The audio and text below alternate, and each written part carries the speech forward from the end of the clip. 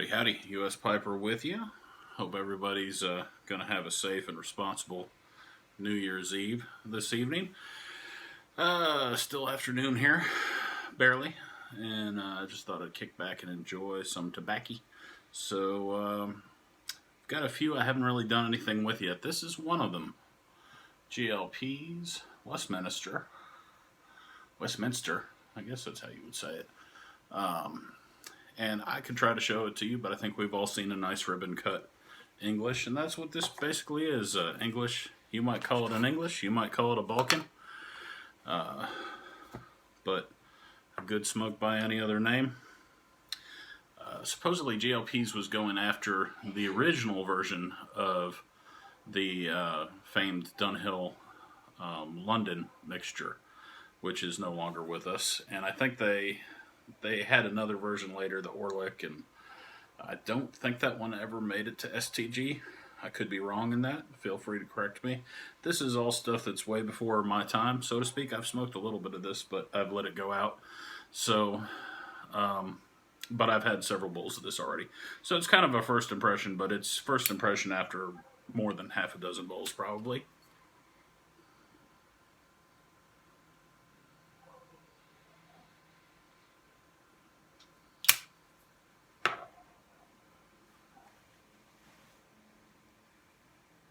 And as you can tell from the silky smoke, it is a full English mixture.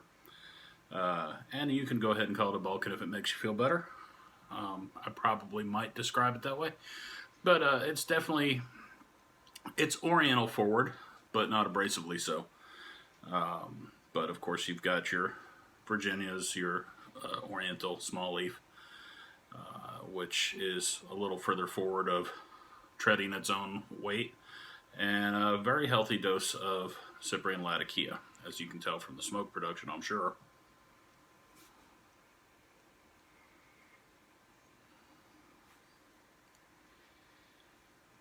I don't think you could make this bite you if you wanted to. It reminds me a lot of, some people call it Stockabee, but it's technically the Orango Balkan Supreme, which is a ribbon cut English. Very similar, except it does have just a touch of black, unsweetened black Cavendish in that one, I believe. But not so much that you really taste it. It's just there to kind of adjust things and help things marry a little better and maybe cool things down a little. That is a cool smoke. And I haven't noticed this one being particularly less than cool smoking, despite not having any. And all things being equal, I just assume if the blend doesn't need any Cavendish, I'm more than happy to not have any, put it that way. I'm not an aromatic guy. So, I may occasionally smoke one, but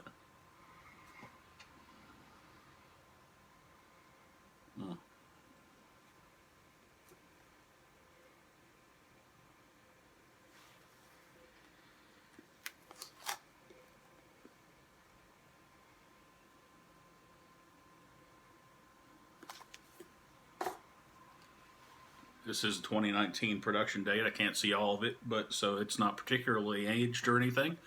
So it's a pretty good representation of regular production, current production. And it's a really good smoke. I actually got this in addition to some other blends because I had a gathering of friends and I wanted to bring something I knew most people would be comfortable with, that wouldn't be too scary. And I ended up bringing Stonehenge and this.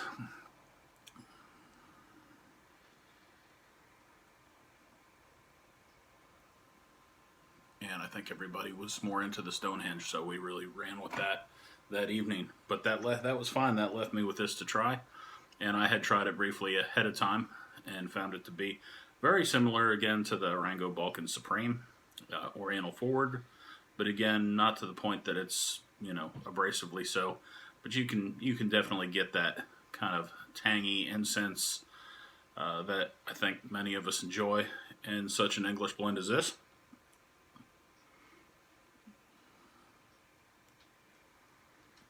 Housekeeping, nothing fancy here. This is my little basket briar I picked up during my holiday travels around Christmas, little H.I.S. Billiard. Nothing fancy. Just a good basic billiard. This one had fairly thick walls and everything looked pretty good as far as construction. And again, you know, that has probably the cheaper material stem on it, but I had a feeling I was going to put this little piece of tubing on it anyway, so neither here nor there.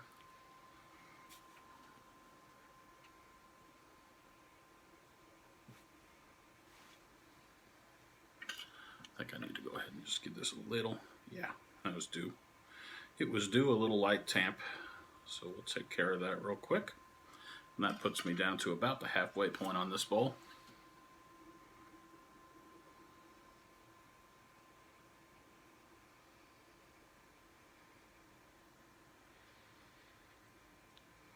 Good helping of Latakia. Definitely, excuse me, that was pleasant, wasn't it? Not a lap bomb by any stretch, but not weak in it either, much like the Balkan Supreme. I would say it's a little bit more Latakia present than in the Balkan Supreme, probably because they don't have to make room for the Cavendish. But some nice Virginias. They're more ornamental in this. Condimental, however you want to say it.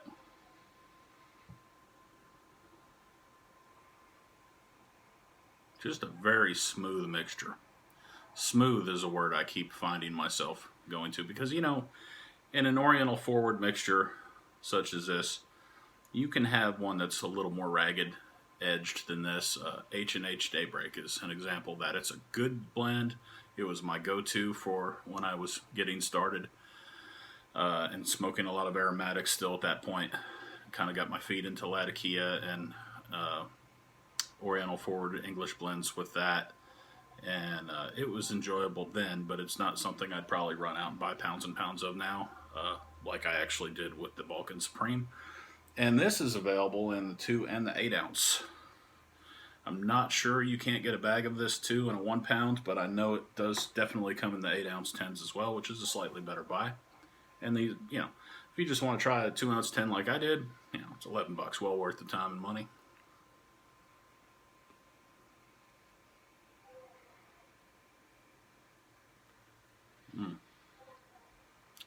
I would say it just seems slightly more upscale than Balkan Supreme.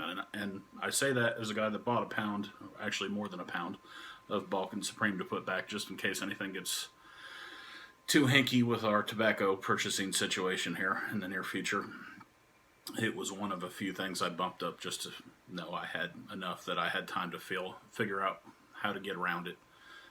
If problems arose, I don't smoke a lot of aromatics, so I feel like I'll probably be less impacted, generally speaking.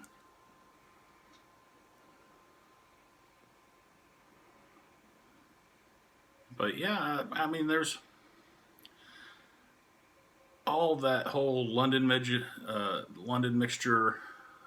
original versus Orlick versus whatever. You know, that's all way before me. I can't speak intelligently upon that. I think you would have to be much older than I am, and I have a fair amount of gray in my beard to really be able to speak on that. Unless you just happen to have some good cellaring that you got some good buys on some vintage stuff, which people do.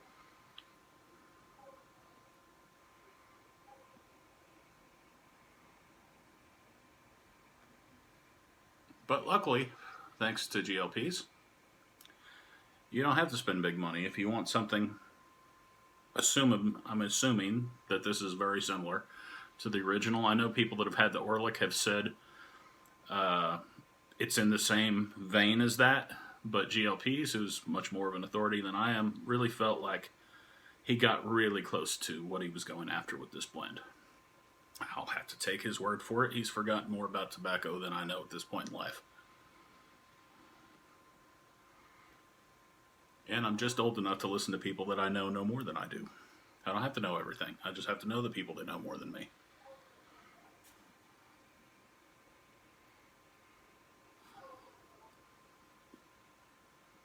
And is probably one of the most prolific and accomplished American tobacco blenders in our time.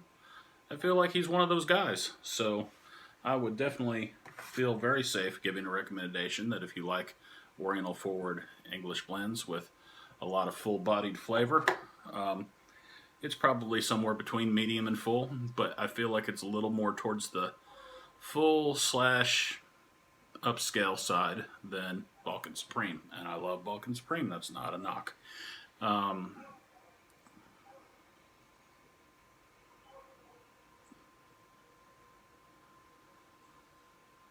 kind of feel like if Balkan Supreme is the really nice loaded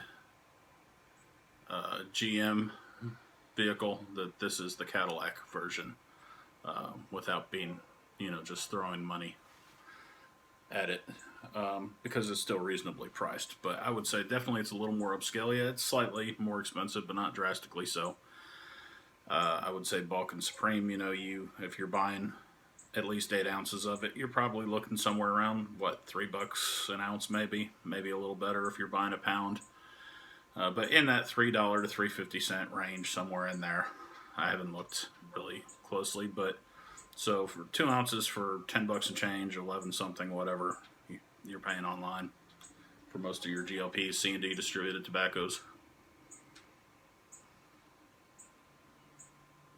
Very good. I would say it could use just a little bit of tray time on average, especially when you first open it. But this one's been open for probably at least 3 weeks, if not 4. I'm going to say 3 and probably be pretty close.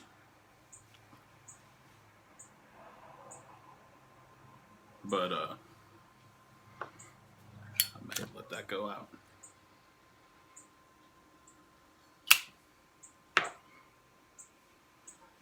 Just because I'm talking, I haven't really had any problem keeping it lit.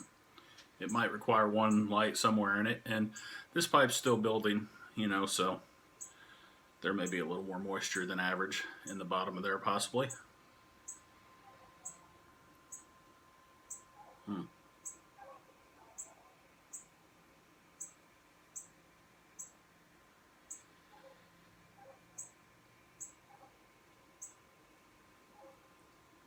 You definitely get the Orientals on the retrohale, and you get a little bit of fruitiness and a lot of tanginess from them, but very smooth.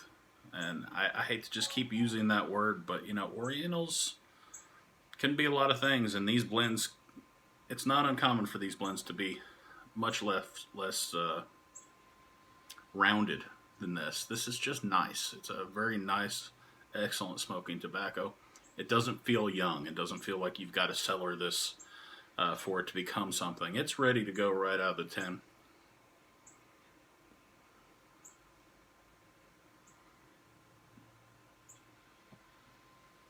You don't get the English shoe leather that you do get in a lot of the STG Dunhills from the Virginias. Maybe a hint just in the Virginias, of course, but nothing like you do in a lot of their blends. And that's not a knock. I have several of those and enjoy them too.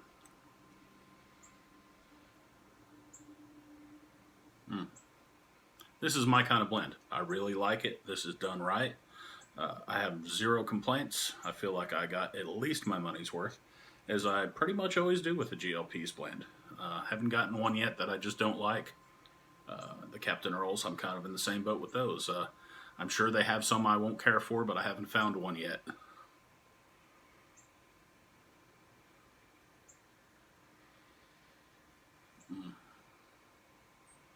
Refined might be a word to go with smooth. Distinctively refined and smooth, full-bodied English blend. And you can throw the term Balkan in there if you want to. And again, you don't have the Cavendish like you do in the Balkan Supreme, which is a good thing in my opinion. The reason I don't mind it in there is because I don't really detect it hardly at all. And that's, if I'm going to have any Cavendish, that's the way I prefer it.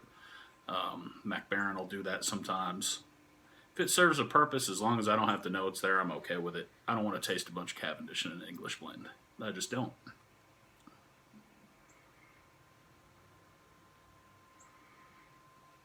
And this blend is not lacking anything for its absence at all. So I hope you have a good, responsible evening. Don't be afraid to call somebody if you need to. Don't be afraid to have fun, but have fun like an adult. Filtering. Anyway, y'all have a great evening and a happy new year. And if you're hankering for this blend and maybe you just get sick of everything you have and you want another good English blend, go ahead and grab you some of the GL Pease Westminster. You can say it any way you want once you buy some. That's the way I'm saying it today, because I don't give a crap. Y'all have a good one. The U.S. Piper out.